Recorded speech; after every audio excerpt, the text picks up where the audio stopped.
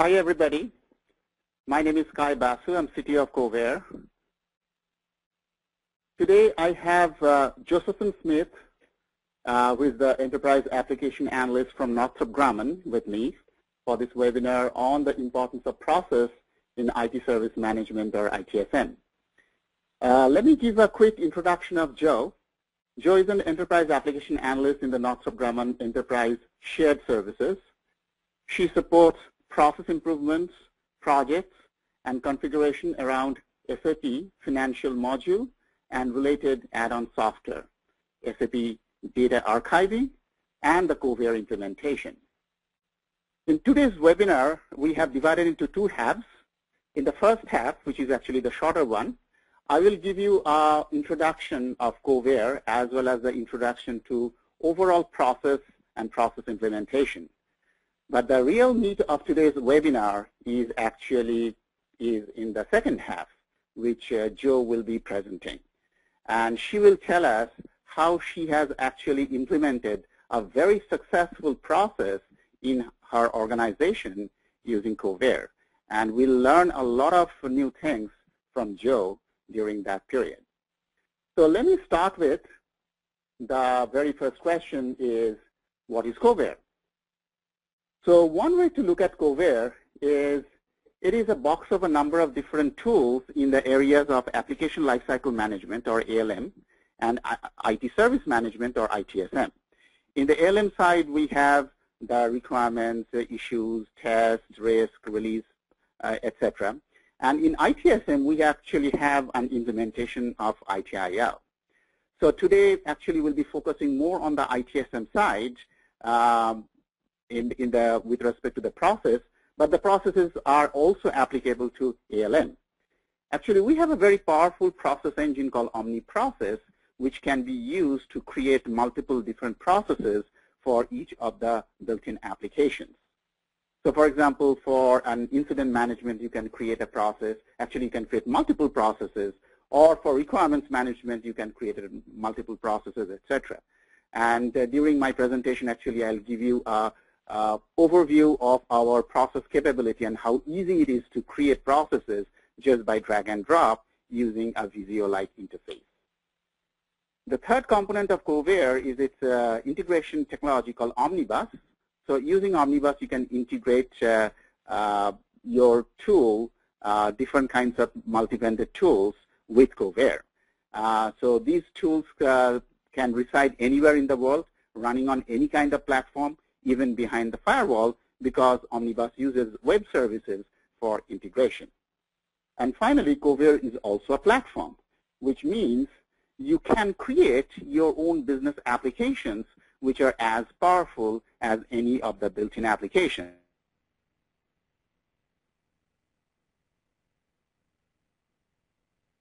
Power our end users to both configure as well as administer Covair. So Covair basically has three products, ALM Studio, and we have got two versions of ALM Studio. One is a more traditional methodology like iterative and waterfall, and the other one is actually an agile implementation, basically using Scrum. And then we have the ITSM Studio, which is the implementation of ITIL version 3. And the third one is the Omnibus integration middleware, which is used for integration. And you can buy any of these products either independently or in any combination. So with respect to the ITIL process areas, Covair kind of covers almost all the different important process areas.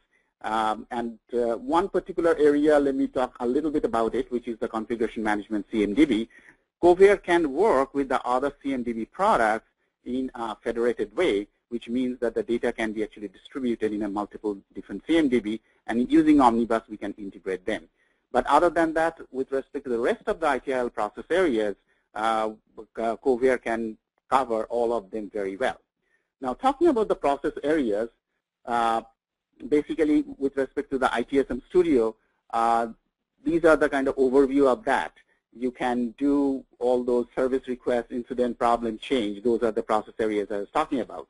And then what is really great about having all those applications in one tool is that you can have multi-level traceability for the change management. So you start from the service request, go to incident, then problem to change, and you can trace back from the change back to the service request in a single tool. We also have a built-in service catalog, which basically means that you can expose a self-service portal to your customers or to your employees with both IT services as well as non-IT services like the HR service or travel services, etc. Then we, of course, have the automated workflow using OmniProcess, which can be used to create multiple different processes and automate them. We also have a built-in dashboarding and reporting capability, so you can create multiple different dashboards for each of these applications. Even you can have a dashboard to show different process matrices in a single dashboard. And finally, using Omnibus, you can integrate best-of-breed other IT tools with your ITSM Studio. Now, talking about the process implementation, let's talk about how to really plan for the process implementation. So first of all, one good question is, what is a process? So often, the process is not just the steps we go through, but there are many undocumented beliefs and customs you have which you need to document to really understand the process you are following. You know, one interesting thing is that when I meet with our customers, and often we sit down with their process group, and they start talking about the process they follow, and we find out there are so many knowledges in a shared memory which is never documented, and it is basically they say that actually, you know, John knows it best because he knows how it is done, but it is never documented. So it is very important to document those processes, and when you are documenting the process, you have to document what are the roles involved. Maybe your process actually cuts across multiple different locations of your organization. What are the different activities, and for every activity, what is the input and output of that? And if you can actually draw it, then it will be really great. And for drawing and workflow, you don't need to do much. You can actually draw it on a piece of paper, really, or whiteboard, or for example, using Visio. And another very important thing is that while you are actually documenting the process, list out all the assumptions, because there are often many assumptions we make, but those we make implicitly. The moment you make those assumptions explicitly, you will see that actually you can implement those assumptions as part of the process itself. One other important thing is to involve the stakeholders. So rather than trying to impose a process from top down, involve all the participants, or at least the representatives of the different groups or different teams which will be involved in the process, so that at a later stage they cannot come back and tell you that I was not involved in the process, that's why I won't participate in that process. So that is actually very important. Another important point is that when you have got so many different kinds of groups involved, there has to be some simple protocol how the information will be handed over from one group to another group. So we have designed the process, let's say. Now the next question is, how do we implement the process? So the very first important point is that make the implementation phase-wise. Don't try to implement the whole thing in one shot. That's actually a very big advice. And when you do it, the very first process, establish a very simple process. And over the time, you can improve over that. As a matter of fact, the process definition itself is an iterative process. You cannot come up with a perfect process at the first time. As a matter of fact, there is nothing called a perfect process. That is another very big kind of wisdom. Also, in your organization, you have to establish a culture of process. Often what happens that you may have a group where you have a very, very talented people, very skilled people, but if there is no culture of process, often people just do it themselves. They are heroics, but that doesn't always kind of work to the benefit of the whole organization. So establishing a culture of process so that people are working with each other in a consistent way every time is very important. Also, you have to make the process transparent so that everybody knows what is the process, rather than making it a part of the process kind of hidden from the other groups, often kind of works against you. And one lastly, very important thing, you have to have some way to measure the success of your process. That means you have to know that as your process is being enforced, how it is doing. There are a couple of ways you can actually do it. For example, for every step, you can actually measure that what is the average time it is taking to do that every step, what is the standard deviation, etc. For example, if you see a step, sometimes for some people it is taking just 1 hour and some people it is taking 2 days, then you have a very large standard deviation. So which may mean that there is some problem with that particular step. Similarly, you can also do the trend of the cycle and activity times so that you know that whether your overall time is improving or is it is just the same, or it is actually not improving, it is actually becoming worse. So you have to work on those matrices, and then you can fine-tune all those bottleneck areas. Now, as I said that your process definition is iterative, that means you're changing the process. So the changing the process itself is sometimes very critical because the process is running at any point of time, and then you have to change the process. So one of the questions you need to ask that how much change is really I'll be doing so that whether it will be necessary to retrain all the people. So often you may don't want to do such a big change that you have to start from the scratch once again. So typically, smaller changes are much more palatable, much more easy to implement rather than a big change. Also, when you have the process, you should be able to do the versioning of the process. That means you should be very well documented that why you have changed the process from version 1 to version 2, version 2 to version 3, etc. So you know exactly what are the changes you are making.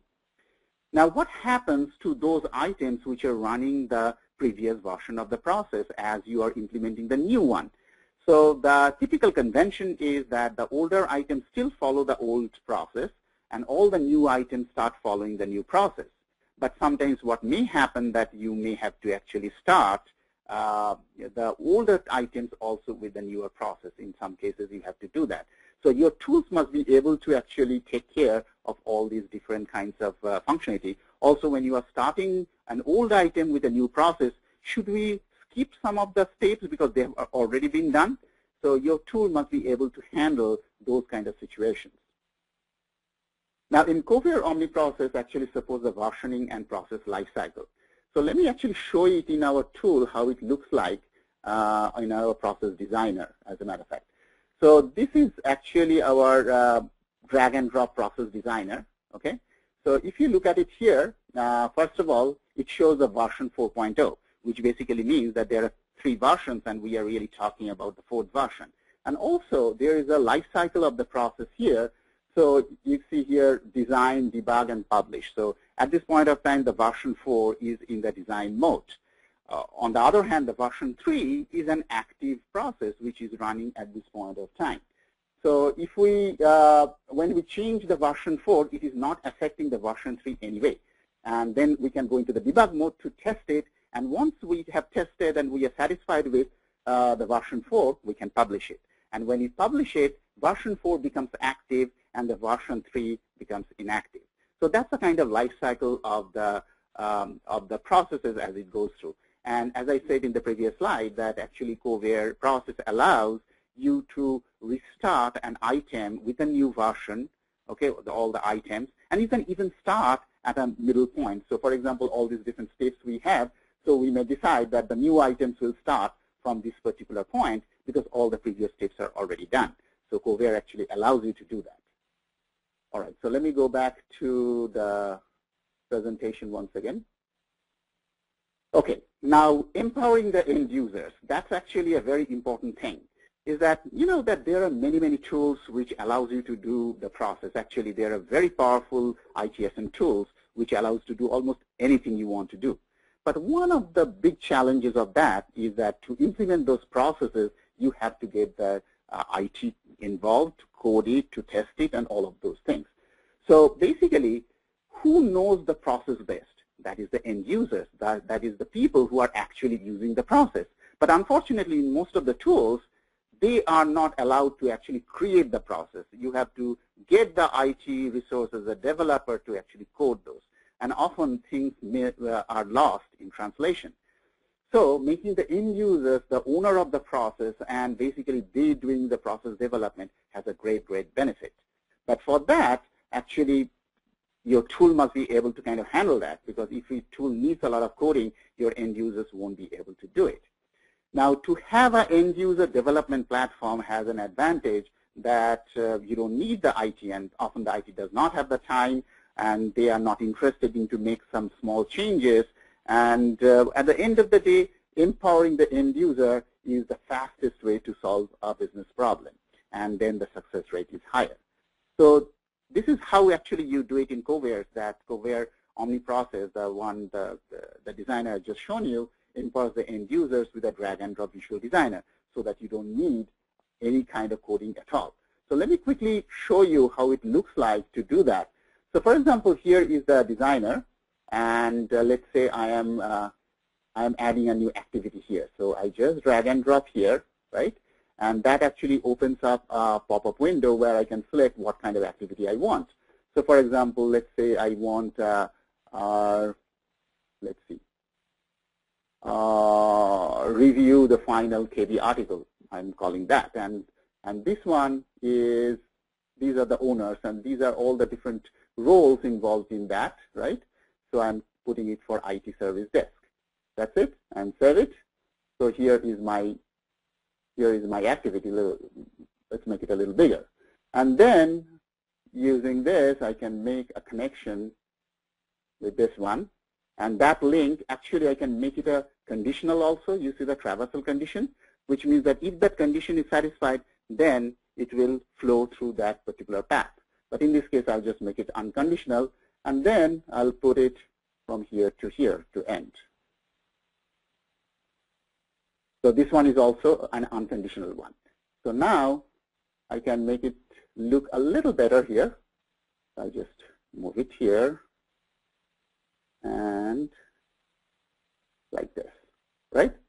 So what I just did is added a new state to my existing process. And this is how, just like a Visio, I'm just drawing it. And as I'm drawing it, actually all the logic, all the semantics, all the processes in the back end are being created, and we can actually automate that. We'll know actually much more when we learn it from Jo, how she has actually implemented her process. And one other thing is very important. I want you to understand that process is not just the steps and creating this workflow. Process is what are the attributes you're using, what are the forms you're using, what are the groups of the people you have, and what kind of form they would be able to see, what kind of reports you have. All of them together actually makes a process. I have just shown you the tip of the iceberg here, which is the workflow, which is the kind of core of the thing. But as Jo will tell you, that really the process is the combination of all these different things as you create it, and that makes a successful process implementation. So that basically ends my portion here, and I just quickly go through the critical success factor. One is keep a room for mistakes. So what happens is that if you're creating a workflow, let's say you have to categorize an item, that's an incident. What kind of incident? And if you categorize it as a mistakenly something else, it will possibly follow a path which is a wrong one. So your process must be able to take care of those kinds of mistakes. Also, remember, there is no ideal process. Sometimes people kind of spend hours and days and months to create an ideal process, but there is really no ideal process. It's really an utopia. One of the reasons is that as your business condition changes, whatever you thought as an ideal process becomes no more an ideal process. You have to change it. Also, you have to keep room for the manual process. People try to make a process with all the exceptions, thousands of different kinds of exceptions as possible. Then your process becomes really, really complex. But if you have a room for the manual override, in that case, you don't have to take care of all the exceptions. And finally, keep it simple. Simpler the process, easier to implement, the chances you'll be successful will be more. Okay, so that basically ends my portion. So what we'll do actually, that after Jo completes her portion, we'll open it for a question-answer session. In the meantime, you can use the question panel at the bottom of that GoToWebinar window to submit your question. Okay. So Joe, let me hand it over to you now. I'm changing to you.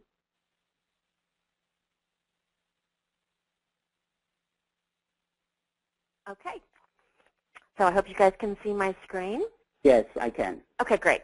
All right, so what I wanted to show you was how we actually implemented Covair and customized it to meet our specific needs within a portion of Northrop Grumman. And so what I'm going to do is to talk a little bit about the organization and what we were trying to do with Covair. And then I'll actually specifically talk about the incident management entity that I've configured, and that's where I'm going to show you most of the configuration. I'll touch on change management because I know that that's something that a lot of people use. And then I'll show you another little example of a true little help desk that we actually set up for SAP timekeeping. I'll show you a couple examples of some reporting and metrics, and then what we are planning for our future steps. So as an overview, Northrop Grumman is an aerospace company in the U.S., and it's around the U.S. We have 125,000 employees, and we have a shared service organization here near Dallas, Texas, which is where I am. We have shared finance, shared procurement, shared HR, a lot of shared services.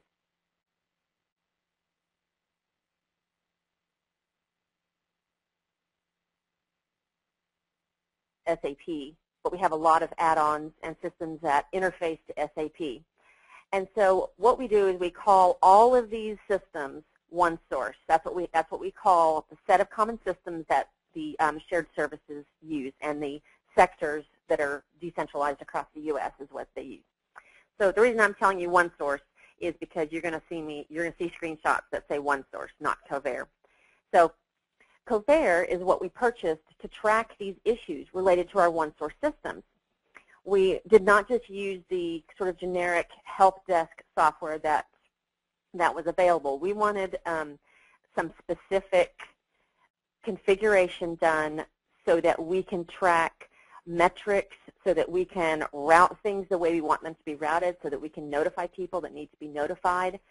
And so we purchased Covair specifically to manage our one-source system. So we call our system OSSM. So the little entities that we've configured are incident management, and we use this to represent break, fix, and maintenance items related to our one-source systems. These do include changes to our production environment, for example, changes to SAP. So in our incident management entity, we have all of the control type process in place and all the fields that we need as far as audit goes, and it's basically the same as a change management, a true generic change management entity that you would see in an ITIL environment. So in our change management entity, what we track there are truly just enhancements to functionality and major development items. Then we have a third entity called requests for enhancements, where people can put in their, things that they'd like to see as enhancements, and we call that wish lists.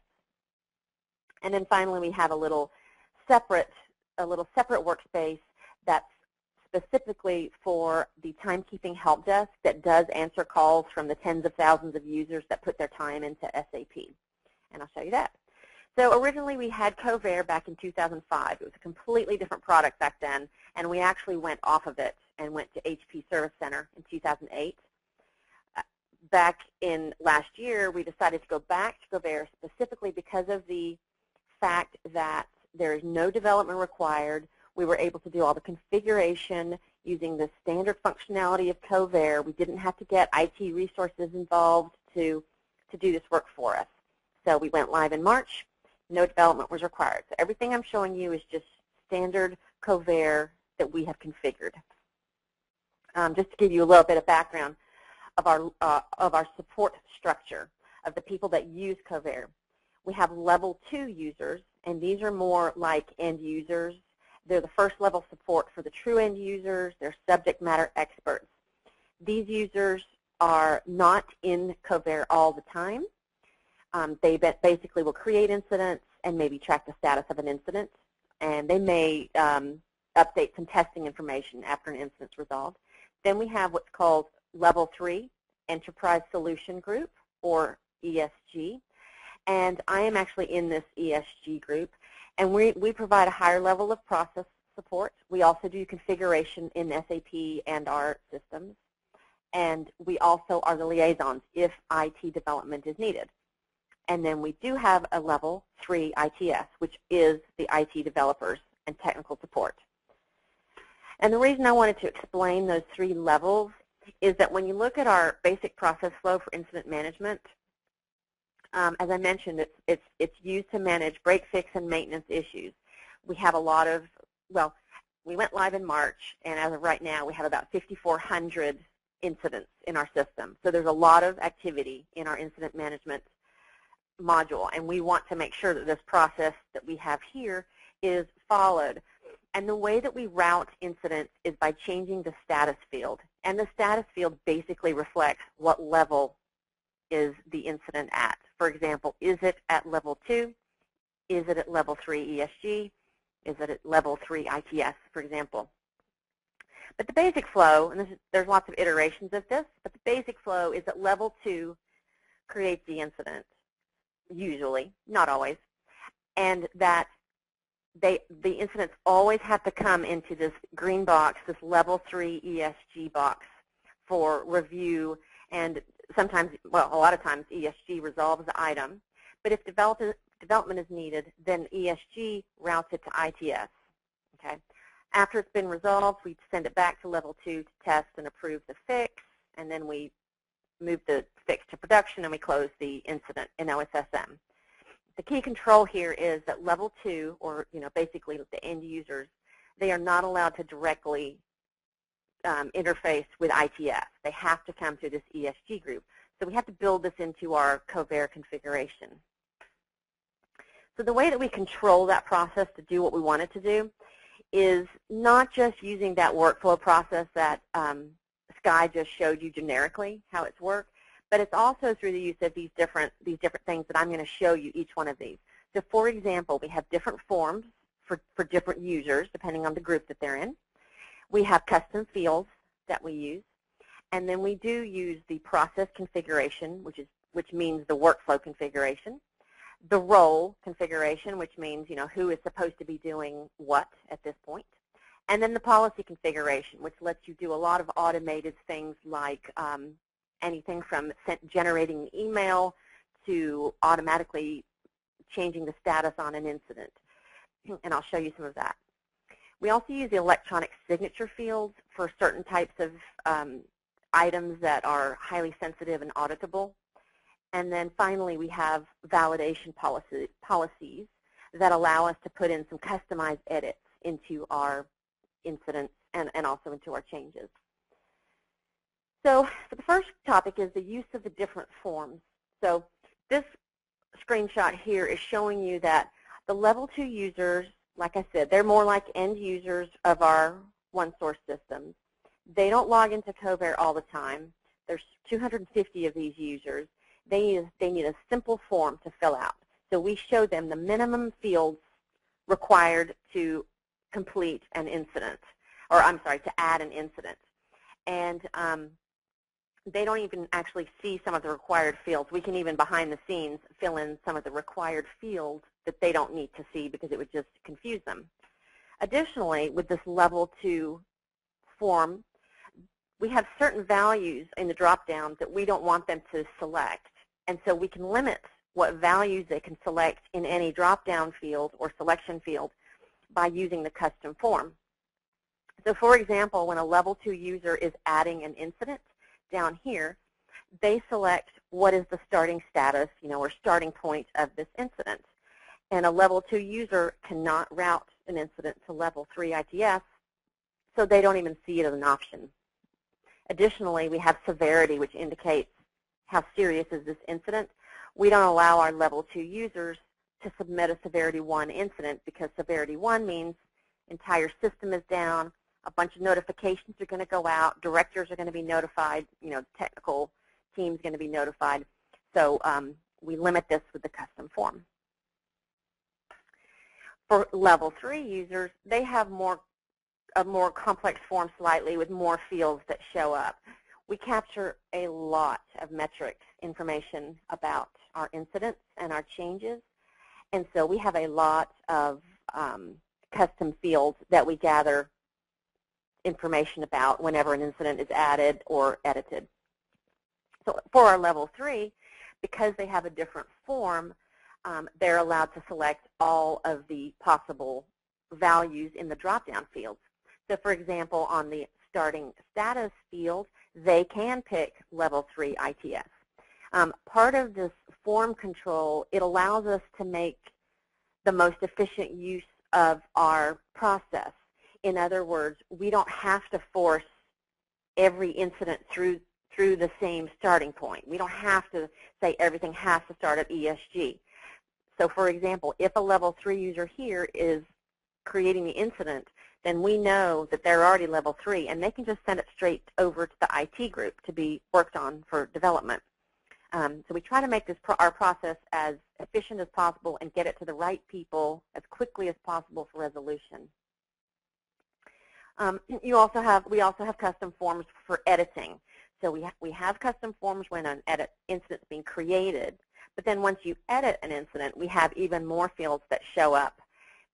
And we also use the custom forms when we're editing to also control some values. For example, the status field. That's the most important field because that's actually controlling how the incident is routing through the workflow process. So we do control the values that are selectable in the status. Okay. All right. Another way we control our whole incident process is through the use of custom fields. We have 121 custom fields, and we have a lot of them. And many of them are used because we do our service level agreement management, and we calculate aging in many different buckets. We calculate the overall age of an incident. We calculate how long it's been at ESG.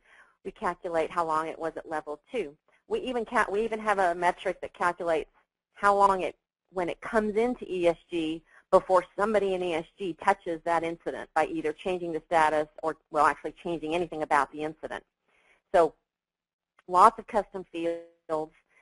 There's lots of options if you have your custom fields as far as the type of field they can be, like integer, date, time, floating. They can have calculated fields. This is just an example here, this little screenshot of what a calculated field can look like. You can have complex formulas if you need to.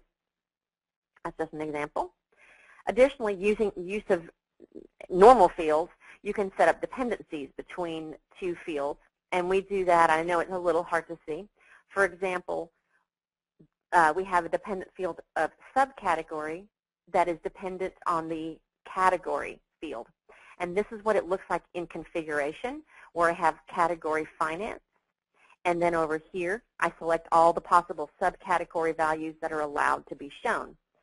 And what that looks like, oh, I guess, I'm sorry, I thought I had a picture of that. Okay. Then we have configuration. And this is where it gets more into the process configuration of how to control the actual flow of the incident. So what we do is we use the workflow process to determine that based on when an incident is created, anytime this status is changed, we have the workflow engine determine who specifically the incident should be assigned to, and then we immediately notify them by email that an incident has been assigned to them.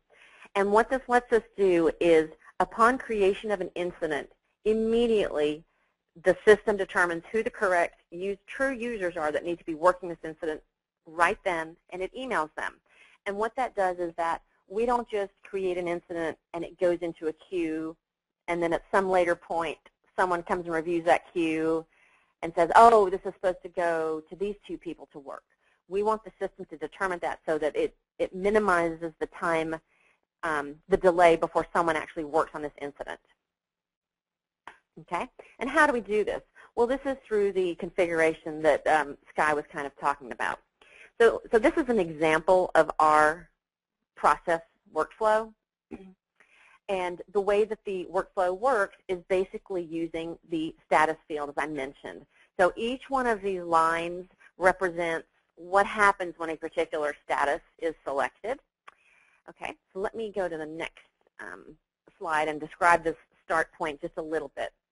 So in the example that I kind of showed you where we were creating an incident, we were starting the incident at level 3 ESG.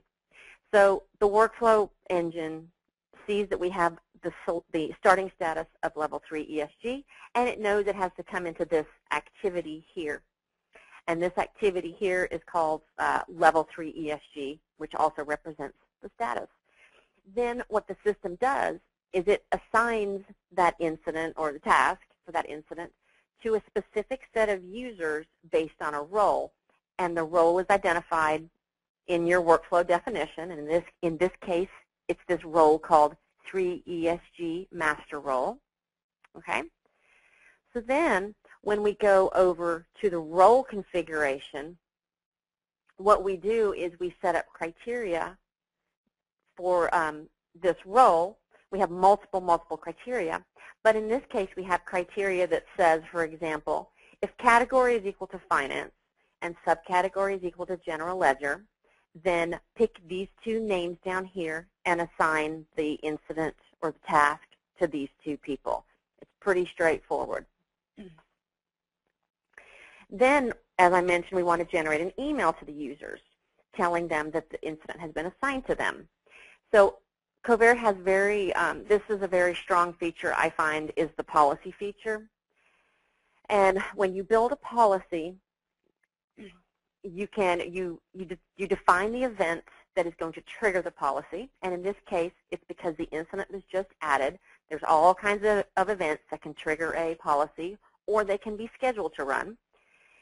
Then you say, well, okay, once an incident's added, what do I want to do? So we want to notify. We want to send an email to somebody and tell them something. Okay? Well, who do we want to notify? So then we say, okay, well, we want to notify the people that are in the assigned to field. Okay, well, what do we want to tell them? So then we tell the system to use this mail template called incident assigned to you. And here is what the email template looks like. And I wanted to put a picture in here so that you can see over here on the right, I know it's kind of small, that basically any field, including your custom fields, are available to insert into your email, the body of your email template that you're going to send to, well, whoever you're going to send it to. They're also HTML formatted so you can use underlining, bold and things like that, or different colored fonts. So it's very nice because when we send an email from Covert, we want the most information available to the person to make it as relevant as possible. Okay? Another control we put into place is the use of electronic signature fields. So we do a lot of incidents related to SAP security, people needing access to SAP. So the security requests, they just use their own form also because it's only fields that they need to see in Covert. And since they do so many of them, they don't want to see all the other fields that they're not interested in. But a key control for security requests are that we need proof that someone in ESG has reviewed these, because these are definitely auditable, because access to systems, of course, is very sensitive. So the way the electronic signature feature works is that each user has their own, it's like a password, but it's an electronic signature. So it's actually a different password that when it's entered into this field with a comment and they save it, the history of them adding that comment is saved with the incident, and it is basically proof that that person really did sign this field. And you can do this multiple times. You can have multiple history showing on an electronic signature field, but it's very, very useful, especially for audit, audit kind of things. Validation policies. We take advantage of making sure certain conditions are met before we save an incident. For example, if someone changes the status to a suspended status, we want to force them to enter a suspend reason and suspend comment. So if you're going to suspend an incident, we want to know why. The system will just pop up a message saying, no, you've got to enter a suspend reason and suspend comment if you're going to use this status of suspend. These messages that pop up can be hard errors so that the user cannot continue with their save, or they can be like a warning message or an information message. It doesn't have to be a hard error. Another example is for our IT developers. Because we use incidents to track production changes, they are required to complete certain fields because they have to meet CMMI standards. But we can't just make these fields required because not every incident comes to IT developers.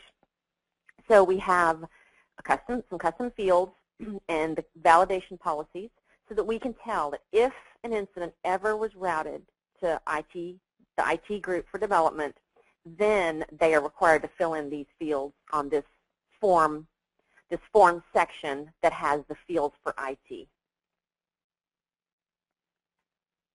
Okay. Change management, just briefly, I was going to mention that we have this wish list entity, which is the same thing as requests for changes. In wish list changes and incidents, we basically have the same set of fields. And number one, that makes it easier for the users because they see the same, they see the same basic form layout in each entity. And it also makes it easy because if you transfer information from one entity, like a wish list becomes a change, it's easy to have the system copy all the fields from one entity to another. So what we do, for example, in our wish list module is that's where we track all of the approvals for the wish list to actually become an approved change to be worked. And so all the change board meetings, all the notes from the change board meetings, all the documentation about the estimate for how long it's going to do this change are done in the wish list. And once it's approved in wish list, then the system creates an approved change in the change entity, copies all the fields over, and the change is then ready to be actually worked. And you don't have all the extraneous information in the change itself about how it became approved to be worked. However, on the change, you always have a link back to the wish list that created it, and that's where you go to see all the notes about, the estimate and the when can they do it and when did the change board approve it. And on the wish list, it has one of these electronic signature fields, so you can also see exactly who approved it on the change board. Okay. Then just totally separately, we have what really is a true help desk, and these are several users that are in our shared services group that actually do answer phone calls all day long, and they're answering calls related to the timekeeping system we use. And so they needed a quick and easy little form to enter these calls so that they could start tracking not just metrics, but also they could actually do some knowledge management and determine why they keep getting these calls. So I set up a separate workspace for them. So it's in our Covair environment, but it's a separate workspace so that when these users log on, they're taken to what's called CAT calls, because the system's called CATs, and they don't even see the one-source incidents, changes, or wish lists. And so they're totally segregated, the data's totally segregated, the users are totally segregated, and it's just a very simple system for them to use. This whole configuration of this new workspace took 4 hours from start to finish to set up for the users, and they were up and running in less than a day. On this simple timekeeping help desk system, we have these fields that have dependencies, and because there's probably 40,000 users that use this timekeeping system, it was very important for them to get very specific about why people are calling to request help. And so we build these dependencies between these fields. For example, when primary reason for call is selected, only certain values are shown here in the sub-reason, but you can select the user can select multiple values in the sub-reason. So it gets pretty specific. And the management team has definitely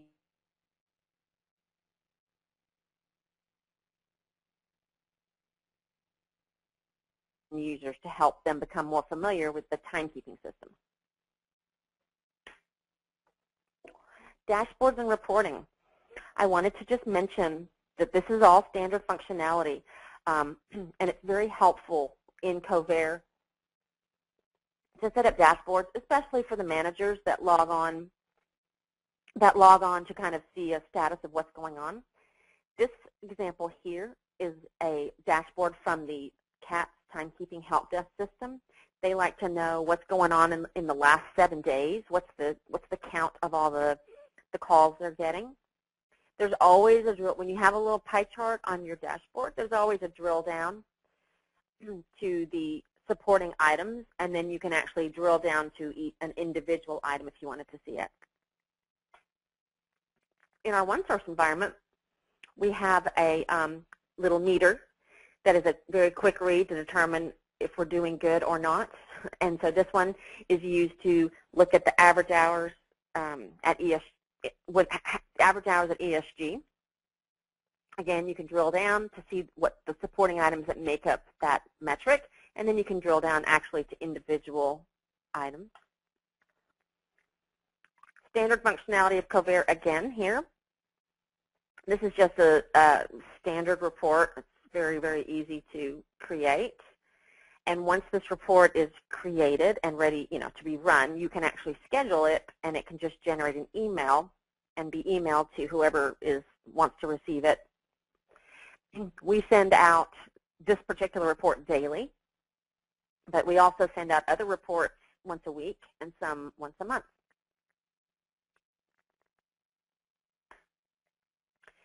We also have extracted some of our data to our SAP Business Warehouse.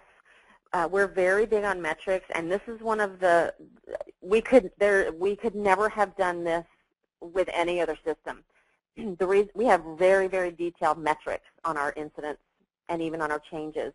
And because we are able to have so many custom fields specifically around aging and date fields and all kinds of things, we can extract many fields and pass them to SAP Business Warehouse, and the info cubes are already all defined, so we just pass new data every week, and it populates all these metrics for us.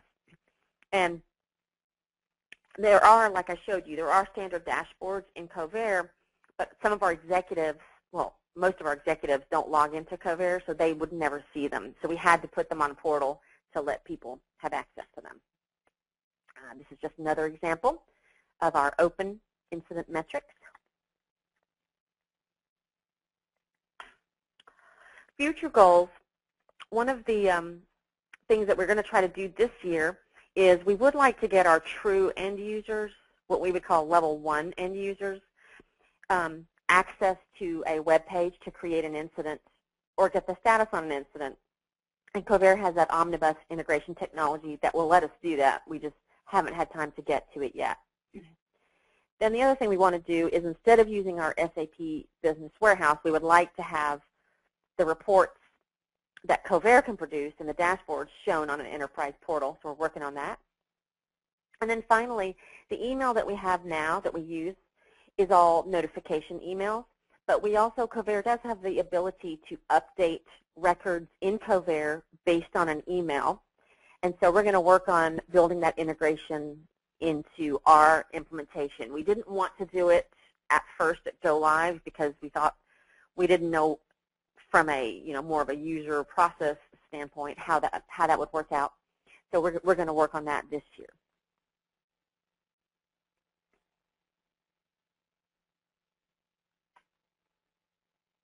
Okay. I think that's all I have, Sky. All right. Thank you so much, Joe. Let me transfer it to me. So if you have some questions, please use the panel, the question panel on your GoToMeeting or GoToWebinar window. In the meantime, actually, I have got a couple of questions, Joe, for you. One question is that how long did it take to implement the whole process, that incident process you just described, and how many people were involved in that? Okay, so we started testing. We started setting up a test environment, I would say, 3 months before we purchased, 2 or 3 months before we purchased the product, and then we went live, 2 months after that. So it was me, only me, but I did work with the Covair tech support people in India. They were very helpful.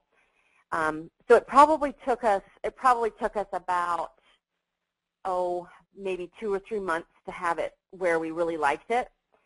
And then since go live, we've made some improvements, some enhancements to it as well. But again, it's just been me, and this is not my full-time job. I don't do only Covair, and so because it is all configuration and there's no development, once you know the change you want to make, it's relatively easy to make enhancements to the Covair system. Okay, all right. There are a few questions for me, it seems like. One is, does Covair support MSP setup supporting multiple customers in single instance? If yes, what security features does it offer for data separations, encryption, etc.? All right, so the answer is yes. Covair ITSM configuration, the one actually Joe is using, what we call the corporate version, so you can actually configure it for your internal users, like Northrop Grumman. But we also have a version which is for the service providers. So basically, if you are a service provider providing support services or IT support services to various customers, you can actually use that. So it's a multi-tenanted single instance of Covair, and your individual customers can use this to see only their data. So we have a very powerful and flexible way of slicing and dicing the data, and the security concept is so strong that the users of a particular customer would be able to see only their data. On the other hand, your service providers can actually see all the data from all the customers, or even you can kind of make it different groups. So maybe you have a one service provider who is providing service to customer A, B, and C, whereas there is another service provider who is doing X, Y, and Z. So they would be able to see only A, B, C, and X, Y, Z respectively. So actually, we have a couple of Indian customers who are actually using Covair for that purpose. So I would say that our salespeople will be very happy to talk to you and show you what we can do with that service provider model. How does the licensing work? Licensing works very simply. It's based on the number of users. And again, I'll ask our salespeople to get in touch with you. And at the end, I'll give you the email address and the phone number which you can call, actually. I am looking forward for implementing CCR, change configuration release for any technology, okay? So basically what I understand, you would like to implement the change management configuration. By configuration, I assume that you are talking about CMDB, because configuration in the context of ITSM really means CMDB and configuration items and release management, which as I mentioned, that Covair ITSM can do all of those. So if you would like to talk to our salespeople, they would be able to explain you more about what we can do. What is a Covair? Is it a technique for ITSM? What are the services being offered by Covair? Yes, it is a product which includes a lot of different kinds of technologies, and as I have shown in the first slide, what is Covair? Actually, it has got a number of different tools, both in the area of ALM and ITSM. So we have the actual products you can use out of the box from day one without doing any configuration. You can start using it for your ITSM, or you can actually use that as a platform and create your own custom application or custom, I would say, solution, which actually Joe did. And I think Joe mentioned that the way they are using the incident management, change management, not typical for ITIL, though they are using the similar kind of concept, but it is not exactly ITIL because they are using what really makes sense for their organization. So rather than using or starting from a out-of-the-box solution coming from Covair, they used Covair as a platform and actually implemented the whole thing from the scratch, and that works great for them. On the other hand, for some companies, maybe just out-of-the-box solution may be just good enough, and you can, of course, further fine-tune and tailor it based on your requirement. And the services Covair provides is, of course, the product itself. On top of that, will help you in actually configuring it. So what we believe is that we train your guys to actually do the configuration and also will help you in do the configuration. Okay, the next one is, let's see. How can Covair help to integrate all the CCRs into a single module? So I think this is referring to the previous question, which is the change configuration release.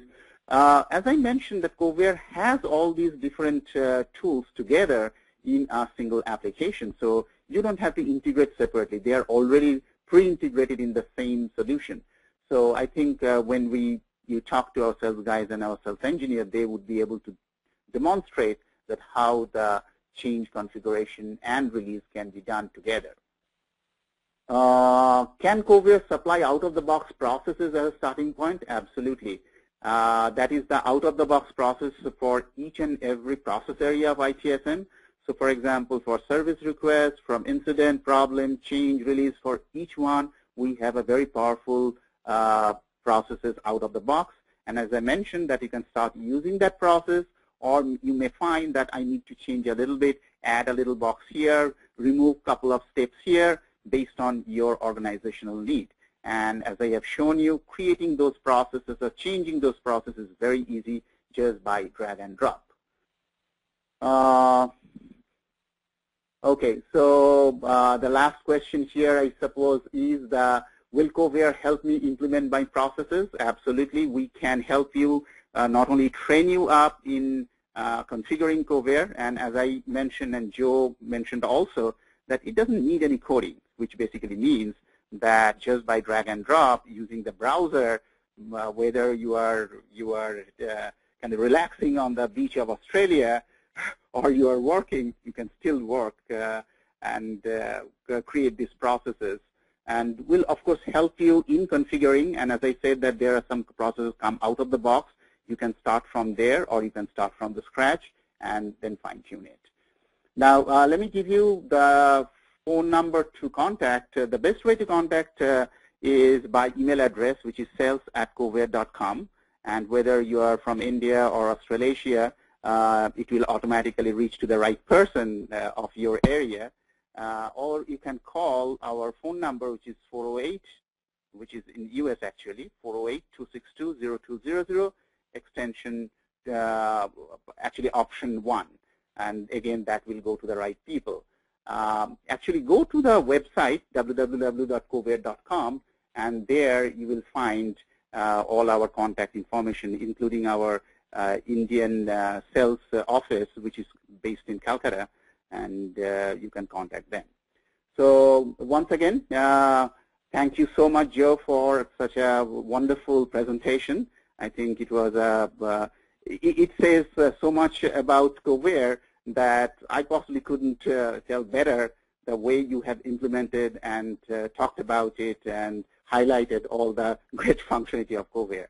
And thank you very much to all our attendees today for spending this last hour with us. Thank you.